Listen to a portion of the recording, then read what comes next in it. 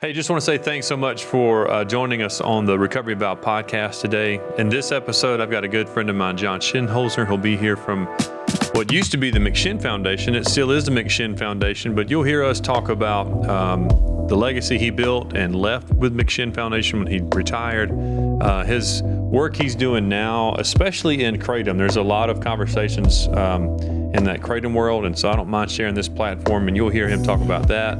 And you'll hear me question him about, how kratom's viewed, what the future of it is.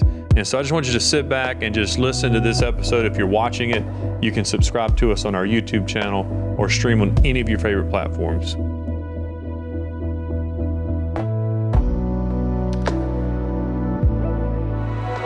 Welcome to the Recovery Vow podcast. I'm your host, Eric Kennedy. Tell my listeners, tell the rest of the world what you're working on right now and what's got you going. Well, in a nutshell, let me get the elevator talk on how I got Give me the elevator pitch, and then I'm going to walk you through. Well, the quick elevator pitch is I got sober in the Marine Corps in 1982. Okay. So I'm coming up on 43 years clean and sober. Yep. And I've always worn my recovery on my sleeves. In 2000, I started advocating heavily. While I'm a paint contractor. I'm in the contracting field. I got the Marine Corps, went back in the paint business, did highly successful. Around 2000, I started advocating at the state level for our local tax provider agencies because we needed more funding for sober living and recovery supports, basically. Because in my home group, I'm a meeting maker. I'm a 12-stepper. And I noticed back then they were coming to meetings, but they couldn't find services. It's a long story why there was no services available. Big criminal justice build up, all that stuff. So I started advocating for, more funding for services, common sense, simple services, nothing major. Give me an example of what. Well, back in 2000, I opened up a sober house in 1985, recovery house, sober home, through my paint business. And I had a bunch of them. I had like 6 of them at one time back in the 80s. I'm known as the mayor of sober homes in Richmond, Virginia.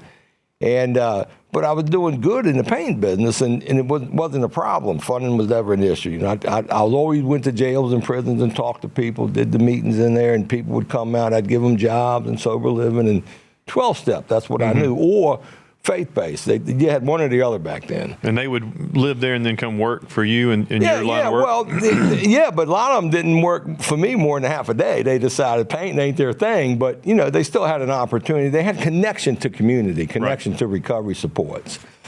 We didn't call it that back then, but that's what it really is. Well, the CSBs asked me to help them get the legislator to give them more money. So I started just advocating for them, testifying at committees down at the Capitol. This is why you need the funding. This is what you get for it.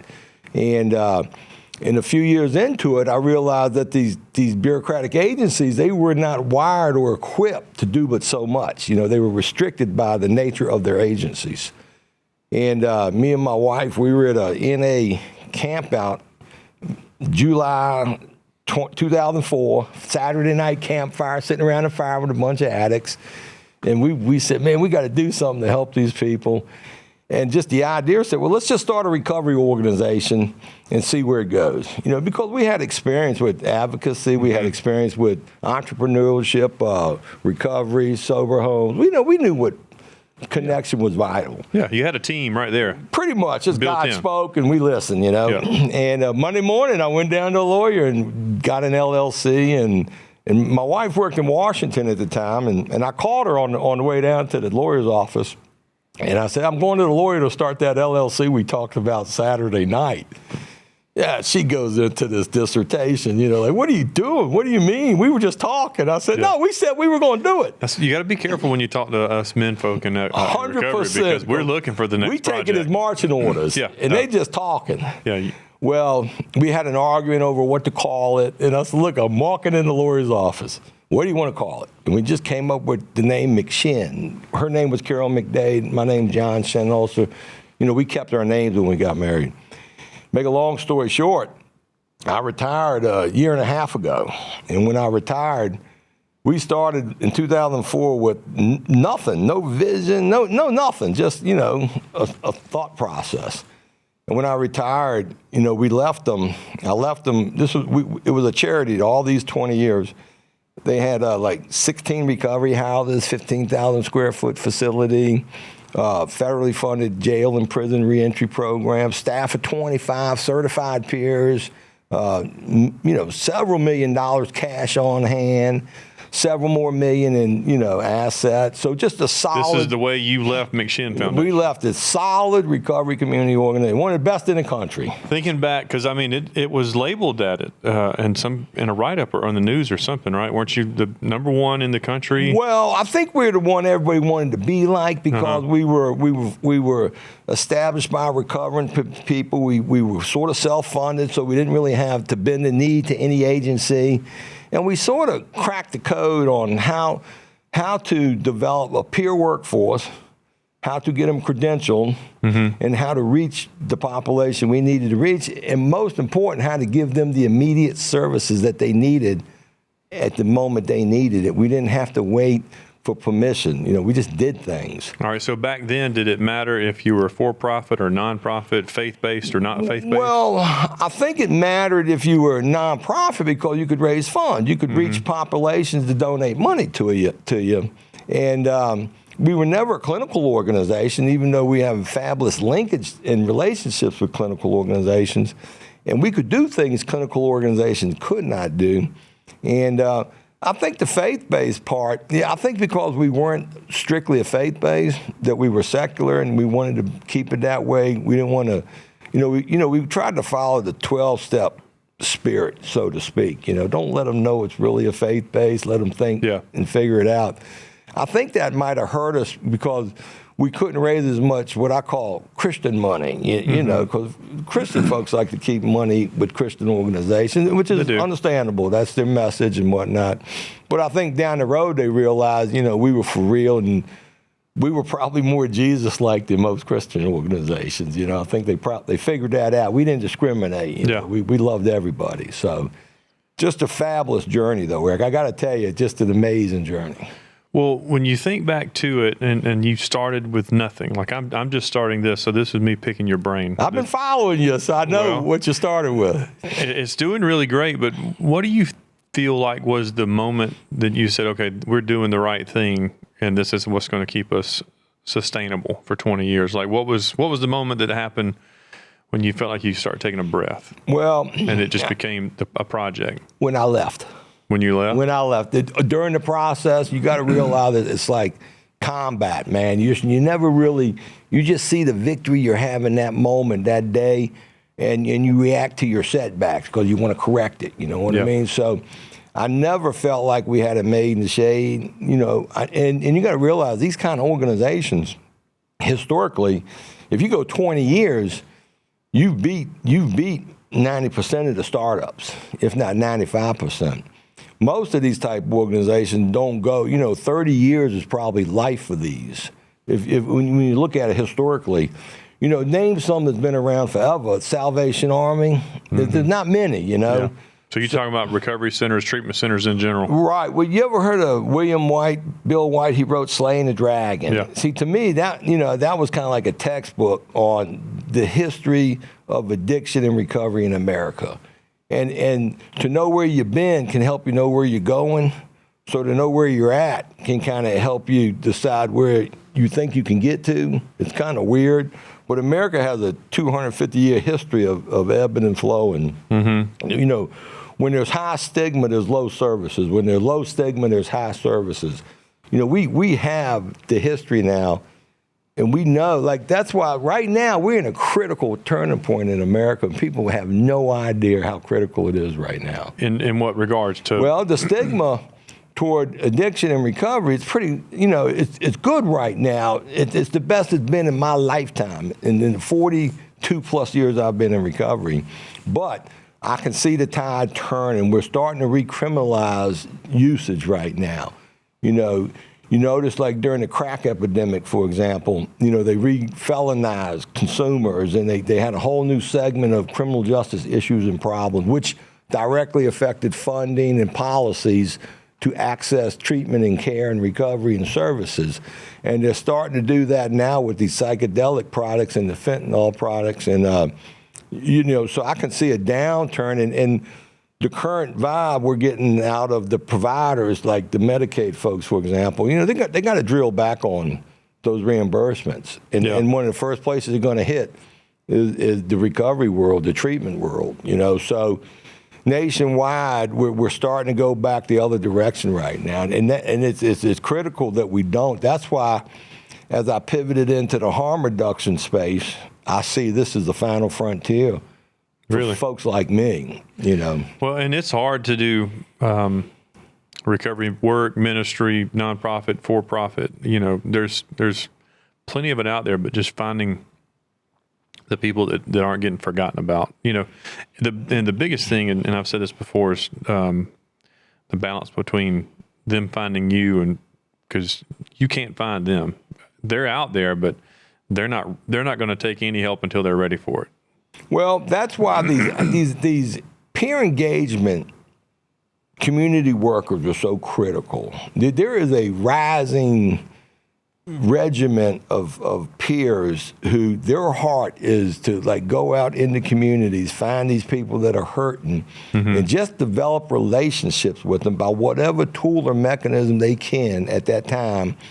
And then when the time's right, maybe those people, the light bulb goes off and they ask for more. And at that point in time, we just got to be ready to provide more. And it does. I know you're a good Christian, man, and this is a Christian type, show here. And, Jesus always went to where the sinners were. Jesus would go out and find the sickest, people who needed that love the most, needed the message the most. That's what he did. And that's what these engagement workers do. They go to where the hurtingest people are, the ones that the untouchables, nobody wants to touch these folks. And they're magnificent at the way they reach these people. And I think that's the most admirable space you can be in. Our human ego wants us to, who doesn't like a stroke on the back every now and then? That's normal. We like that. Yeah. But we have a tendency to kind of pull toward that direction. If we're going to get rewarded, well, I'll do a little more of this. Well, that's where the humility of recovery principle comes in. Service work, do as much as you can as often as possible and expect nothing in return. And that's where that field is. Now, did you build McShin Foundation to kind of operate in that vision? I know you said you didn't have vision in the beginning. Our founding principles were we wanted to meet people where they were at, and when they were ready, provide them the services that they needed at that moment. Because we sort of profiled that window of opportunity, when an addict's ready or an alcoholic's ready, when they ask for help, you got to jump. You got about an hour. Yeah. You don't do what you got to do within an hour, they're going to change your mind. Same principle with these outreach workers. But McShin, since then, because the new regime taking over, they have a flair for bureaucracy, which puts a little damper on some of that. But it's still a beautiful, wonderful organization. I'm impressed by what we do. We do really, really good. Tell me a little bit about what you do. What does McShin Foundation do? Well, primarily I'm coming into the organization. We have a 15,000 square foot recovery center in the heart of Richmond almost. And 7 days a week, people can walk in there and ask for help, and a peer will engage them. And if we have a space for them in our organization, in one of our sober homes, of course, we'll if they're fit for that, we can get them right there that day. If they need a program and they have some kind of funding and they're fit for us, we have a beautiful 28-day program that I'll put it up against any clinical treatment model in the country. And if we don't have a spot or if we're not a fit, we know every resource in our area where we can link them and do a warm handoff, soft handoff. Yeah. And we also have, every day of the week, we must have 4 or 5 meetings open to the public, whether they are scheduled 12-step meeting or some sort of secular recovery group meeting. And we 4 times a day, 5 days, Monday through Friday, we have our own, groups that we do for our participants that the public is invited to attend. And this is male and female? Male and female, black and white, Good. Overweight and underweight. We got them all covered, straight, gay, it doesn't matter. And and usually we have several events a week on the property, whether it be a cookout, a speaker jam, or something, some special event people can attend. And then, of course, we do activities throughout the year in the community. And, we're good collaborators with the whole industry in our community. Have you ever heard of a group called City of Refuge out of Atlanta? I have heard of City of Refuge. So I had a gentleman that runs that organization. His name is Bruce Deal. He was on on my podcast last week. Well, it won't come out for a while, but kind of the same. When you're talking, I hear that what Bruce does. How long Bruce been in business? That's not as long as us, I don't think. Early 90s. Okay, well he goes way back. He's back in the. I would kind of like a early mid-90s. We got Salvation Armies. We got several old time Christian type places, and in a lot of cities they have that. I think we weren't so restricted to one pathway. That was our mojo, our juice, our spirit, so to speak. We have something for everybody, and we're in an old church building, by the way, an old Baptist church. Really? So we have instant access to Christian pathway if that's your thing. And yeah, I mean, I don't. Well, when I'm pushing my book to be used as a program, some of the times they're asking me, is this faith based or is this religious model? It's not a religious model, but I talk about faith in there, but it doesn't have scripture and things like that. Right. So it's a spiritual. It's okay if it does. I mean, no, I'm just saying it. You got to keep it real, man. Yeah. Well, and that's just not me either. I mean, I wrote it from my DNA, what happened to me, and how I view 12 steps and what I think was practical. How many, or is there a percentage of men and women that come through your program that are married or look forward to getting married one day? I would bet. I don't know. That's a great question, though. But I would bet maybe 90% either have been married or in a committed relationship equal to marriage or are married. So we do get a lot of married folks. We do. So that's my goal, is to send home some of these books with you for the program. Now, I know you've kind of sold it off, but I'm sure you got some say-so. Well, they, trust me, the new regime they trying to prove to the world they don't need me around there. But I'm still board member emeritus, and I do show up and I'd love to. I'll let them know I'm watching. Yeah, I'd love to just give them a resource because it's written as a workbook for the person that's a recovering spouse to have a practical guide, and then the person that's in recovery. It's a practical guide for you to walk through recovery together. So that would be the big push. I think another thing I want my listeners to hear is that this September I'll celebrate 15 years in sobriety. Oh, congratulations. Appreciate that. But 13 years ago is when I started going to a church called Stevens Creek Church, and we showed this movie called The Anonymous People. Do you remember that movie? Oh, classic, man. Most viewed recovery movie of all time. Well, it's kind of like, it was formatted like a documentary, the way they followed it around. Was, that's what it was. But that's when I saw you on this film. I saw you, and I guess y'all were doing something with McShin Foundation. We had like a 5-minute clip in there, just kind of an overview of who we were and what we were doing and the progress we were making. Because I remember, I think this was you. Did you have a sign where it said "Smoking meat, not drugs"? Smoking meat, not drugs. We created a barbecue team and participated in the Kansas City Barbecue Society State Championship cook-offs. And we hosted an annual cook-off at our facility every year. And then we would go around the state with our team. We had a McShin team, smoking meat, not drugs. I like it. That slogan stuck out, and that slogan is why I'm like, I want to get in touch with this guy. So for like a year, I was trying to find John McShin. I even sent you like your business chat, and I never got anything back. And then a couple months ago, you reached out to me, or somebody reached out to me. I did, because I saw your podcast when you had, what's that? Jordan, yeah. And I thought, man, that's a great podcast. And well, I appreciate that. And so I want to open the door to talk about people in recovery need to see that there's many different kinds of people that are in recovery. You got John, you got Eric, you got Jordan. Our views are going to be different. Well, there's 50 million Americans in recovery, okay? And to break it down, only 2 million are in a 12-step pathway. Yeah. And there's probably 10 million in a Christian pathway, okay? So that's 5 times bigger than the 12-step.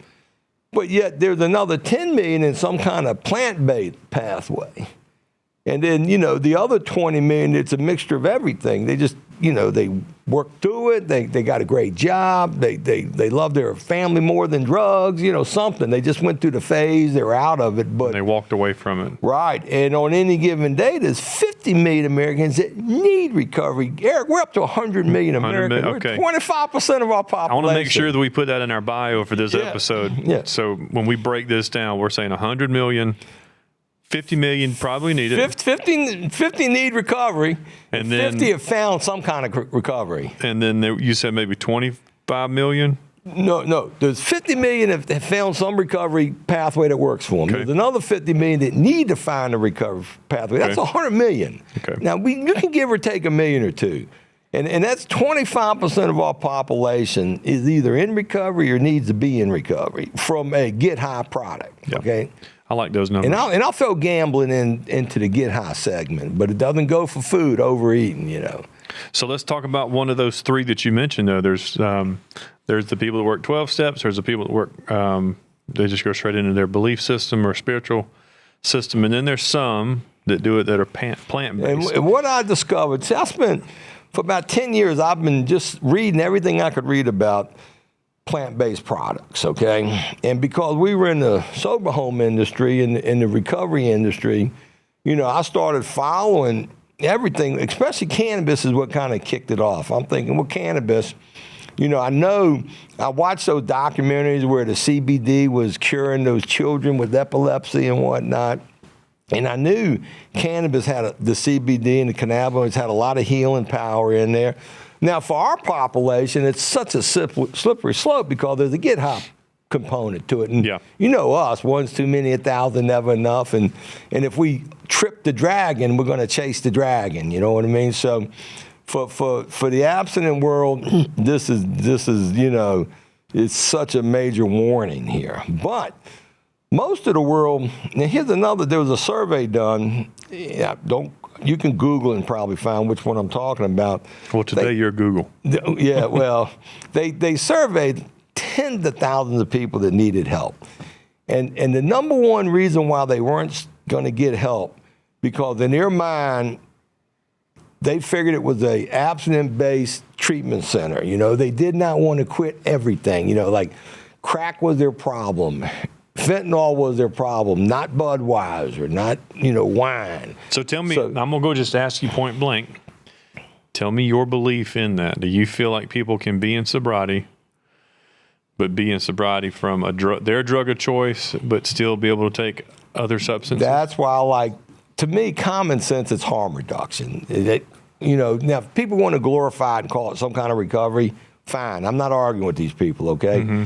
But I think less harm is better than no less harm. I mean, I'm a human being. If you can do less harm, please do less harm. So I'm looking at it from that angle. I would have never got clean or sober if I had access to a bong or a Budweiser, because that is just not my. I got the gene mapping that says that's not going to be my story. And gene mapping is true too, but apparently it's too expensive for everybody to map their genes and get the addiction genes. Yeah, I've had a lady on the episode, Kat Sorensen, SoCal. Kat is her name on Instagram for you that want to go follow her. But she talked about gene mapping with the doctors that work for her recovery center in Laguna Beach, Laguna Shores. Well, that's real. That's true science, gene mapping. Really? And you can map if you got. Don't quote me on the exact number. Let's say you got 75 of a specific gene. If that's a prominent gene and they can determine that, then you're in that category where one's too many, 1,000 never enough. You don't have an off switch. Now, if you don't have all those genes, then you are more suited for other pathways if that's your thing. But let me finish backing up. those folks that need help aren't going to get it because of that 50-year antiquated system of care, the abstinence-based treatment centers, So we're leaving 40 million people a year on the table that probably not even going to try to get help because they don't want that antiquated system. That's where I think the power of the plant pathway can be a huge first step for these people. And so I was reading up on cannabis. I even went to Syracuse University and got I'm a certified cannabis healthcare and medicine, person, because I wanted to learn all I could about it. And then I ran across kratom. About 10 years ago, my organization didn't want to do this, so I got another organization in town to take 30 addicts off the street, put them in sober living for a week, and give them access to kratom. And 29 out of 30 successfully got off of opiates.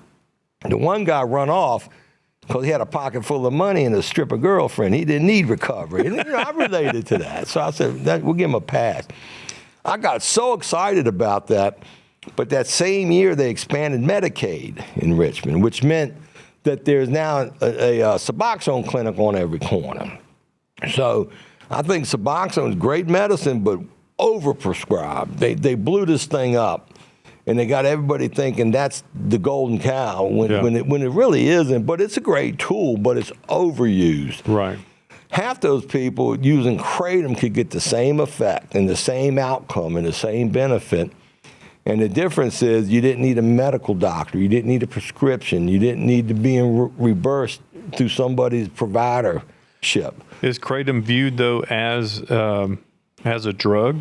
Kratom is a botanical, and I sent you just a little bit of paperwork to point out why it's got demonized. But back in 2014 or 15, nationwide, when they shut down all the pain clinics, a lot of those people were legitimate pain patients that got streeted along with the addicts that were drug seeking. Well, they went to the internet and they found kratom.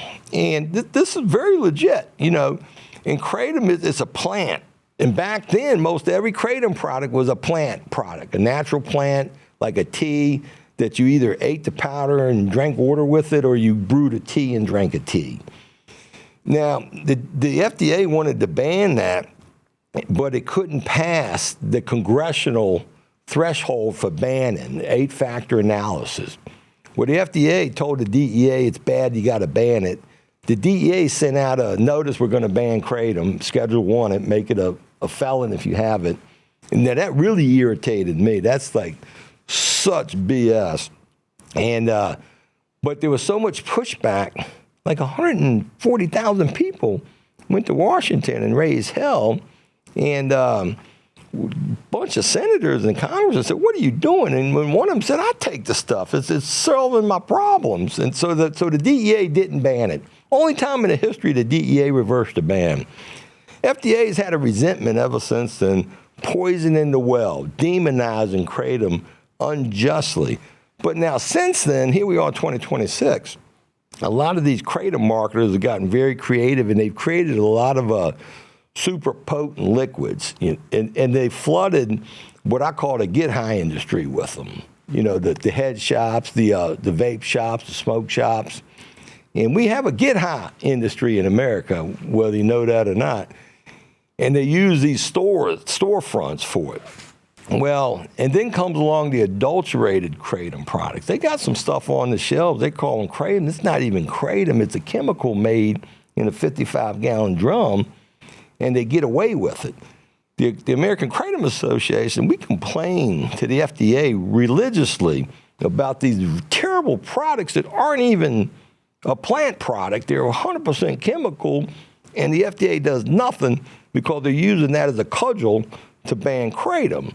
And that further irritates me and my colleagues. So let me just get this straight real quick. What is it about kratom? And Jordan may have answered this, but I just don't remember. Oh, he's a lot smarter than me on that. What is it about kratom, though, that people don't want us to? I say us. I'm neither here nor there. I have no idea. So I've got a couple questions. What is it about kratom that they don't want us to know about it? Is it because the way it's delivered, like in the packaging, because it's in these different shops, or because it's not coming from a doctor at Walgreens? I think kratom, you got to understand this. The kratom, as a plant product, it's a natural pain reliever. It doesn't have any opioids in it. Anybody said that's an opiate, they're lying. It doesn't have that. It has alkaloids in it that rest on the opioid receptors, and it can act like an opiate. If you take enough, it acts like a partial agonist. Suboxone is a partial agonist. Kratom, if you take enough of it, acts as a partial agonist and can do the same thing Suboxone can do. Probably not as consistently and probably not quite as good, but it does it good enough to work in the event you can't get Suboxone. And I discovered that in that survey I did. Now, you can take some of it, just gives you energy. It actually comes from the coffee family. So the indigenous folks, they use it as an energy booster to work in the fields all day. Yeah. And it does help with arthritis and pain, chronic pain. So there's three things it does do. But what happens if you got that DNA mapping where you like to get high, and kratom, if you take enough of it, it has a little get high factor to it. Not a big one, but a small one, but a big enough one to where some people like to use it as their get high of choice. Now, when you mix that in with the fact that there's so many adulterated products on the marketplace, there's so much bad product out there that our society lets exist, that can definitely affect that. So it has such great value, but it does have a downside to it. And they got some products in the marketplace called 7-OH and warning. That's not even kratom. It's 100% chemical. It's a synthesized alkaloid that they make it in barrels, and that's a full agonist, is what Kevin McCurdy calls it, who's the #1 scientist or one of the leading scientists in the world down at the University of Florida. Terrible product. And even suggest it's kratom is blasphemous. They should be executed for that, the way I see it. So there's just a lot of moving parts. It takes a minute to sort it all out and get a good comprehensive understanding. How's kratom taken? Is it smoked or is it like a pill? You can't smoke it. You kill all the alkaloids. Anybody said they smoke it, they don't know what they're talking about. Okay. You just eat straight plant product. They do make a concentrate out of the plant product itself. You can drink it.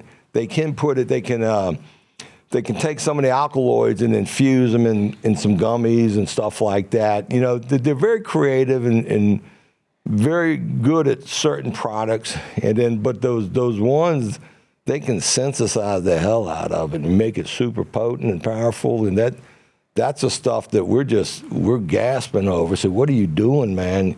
You can't do that. That's wrong. It keeps you guys from pushing it to be like a legitimate drug to use, I guess. That's what my question is. Are you familiar with the cannabis industry? Yeah, I mean, some people. You got regular pot. 87% of cannabis consumers want flowers. They just want regular plain flower they can smoke. But they've done such a crazy job synthesizing these other cannabinoids in plants and reinfusing hemp plants and making them like good ganja or whatever. They completely adulterated the cannabis industries, to a degree. Well, they adulterated the kratom industry too. And if a get high industry can adulterate a product, China's got chemicals lined up for the next 50 years of get high products, that the DEA or the government will always be one step behind chasing, trying to catch up to outlaw it and ban it. But, I didn't know that. Yeah, oh yeah. Oh, it's frightening to know what's in store for our nation. The addiction's not going anywhere. It's going to be strong forever. Yeah. Which is sad but true. We just got to keep, like you said, we got to keep handing out tools. Yeah. Oh, that's why we keep doing what we're doing. But that's why the harm reduction is so valuable right now. It just, to me, that is where we should be investing so much energy. And it's not even an expensive industry to invest in, other than the part where when the person's ready for help, you got to have the appropriate help ready for them. So, John, do you take kratom? I participated in John Hopkins did a first ever human clinical trial of kratom. They started it last year, about 2 years ago.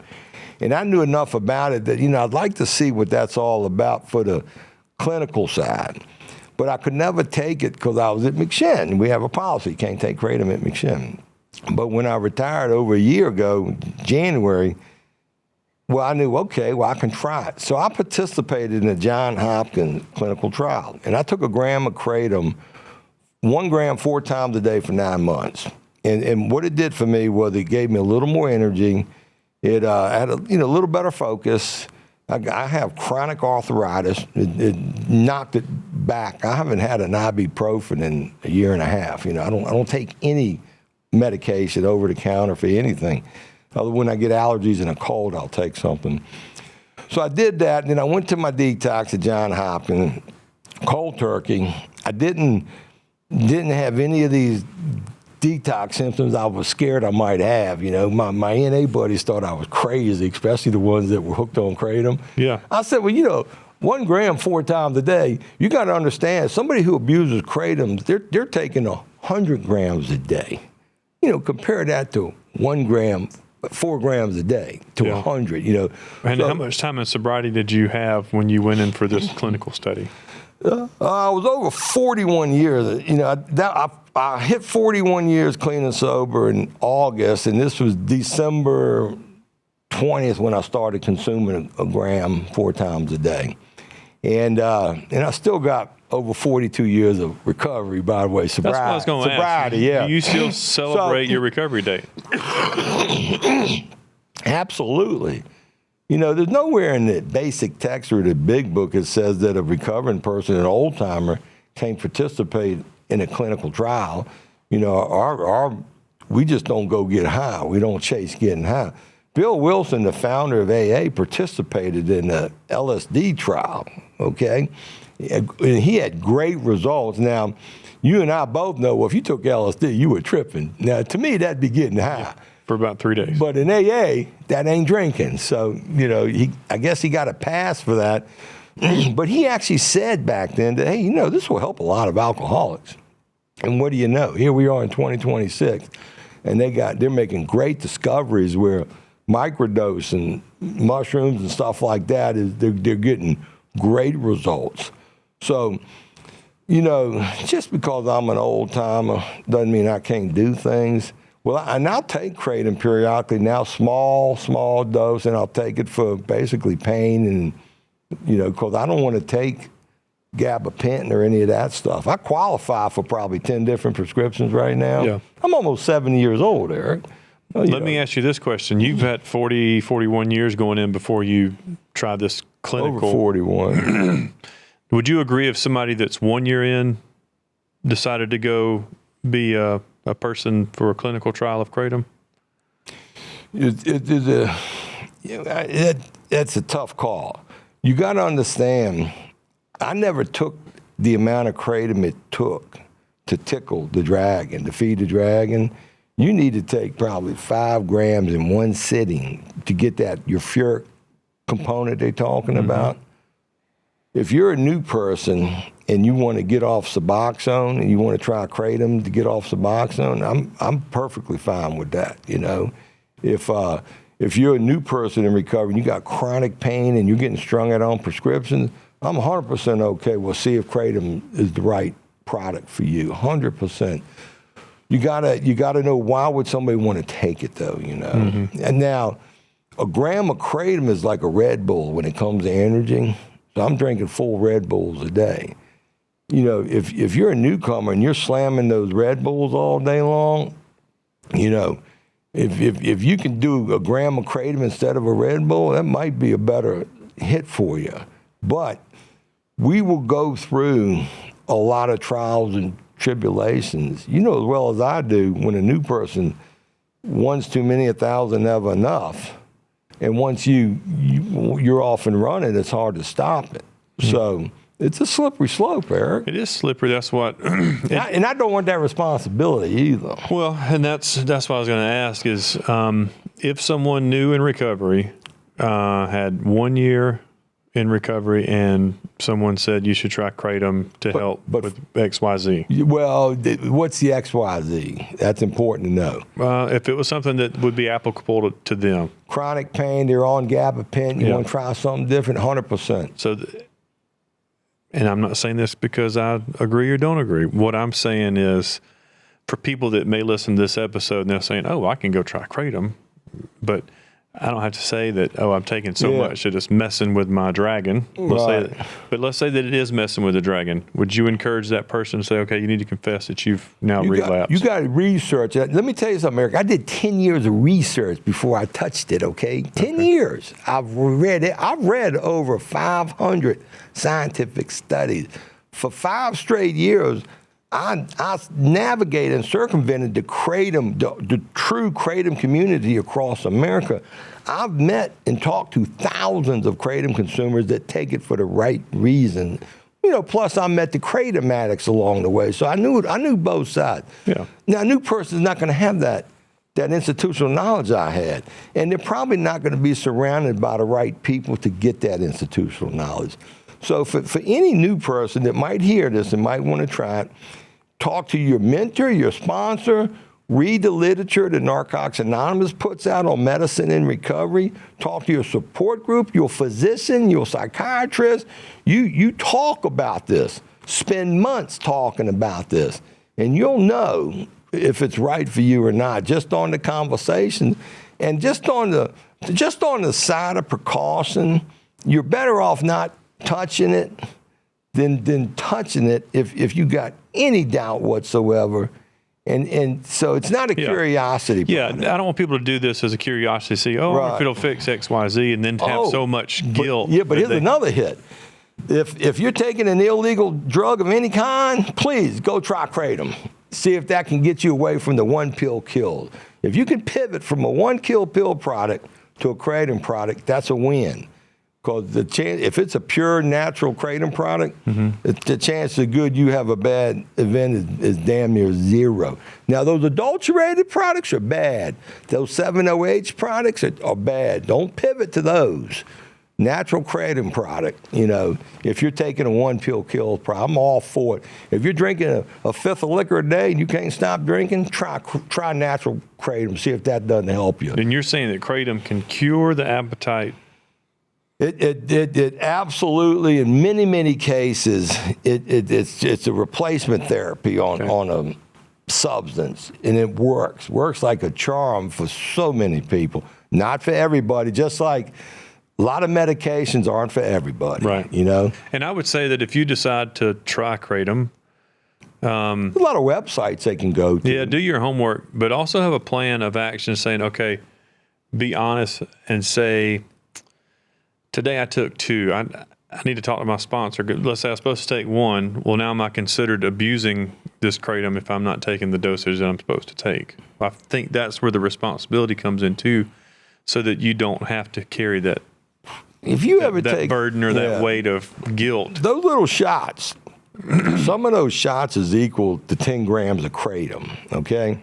Little shots. The little kratom shots, you buy them at the mini mart, the gas station. They're equal to like 10 grams. And some people are going through 5 of those a day, okay? To me, no, that's not a replacement therapy. That's not an alternative. You're chasing something, okay? And of course, I don't know why you're taking it either, what you're taking it for. So, but when you take a kratom plant product and, 2 to 3 grams, 3, 4, 5 times a day, you're still not getting up to a couple of those shots that somebody can be taking 5 or 6 of a day. So there's a lot to learn. You got to do your homework. And unfortunately, we don't have enough educated people to help the amount of people that need to get helped. Yeah. But there are Reddit has great sites to go on. So does kratomanswers.org. If you search for the good websites, the informational ones, you can get a lot of good intel. Do you think that kratom would be looked at differently if it was handed out at your primary care doctor's office versus being able to get a shot at a Circle K? Well, that's the problem. Yeah. Oh, hell yeah. I'd be all for doctors. A lot of doctors back in 2014, 15, and 16, they were recommending kratom. A lot of veterans The VA doctors say, look, try kratom, try kratom. That was the go-to product back then. But since then, the FDA, the AMA have put such a fear.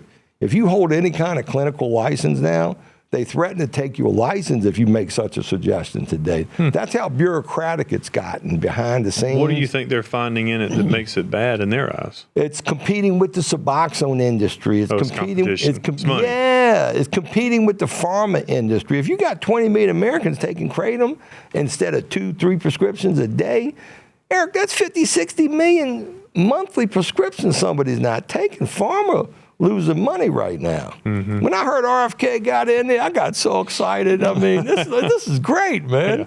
I hope he's wise enough to understand what's happening. I guess we'll see.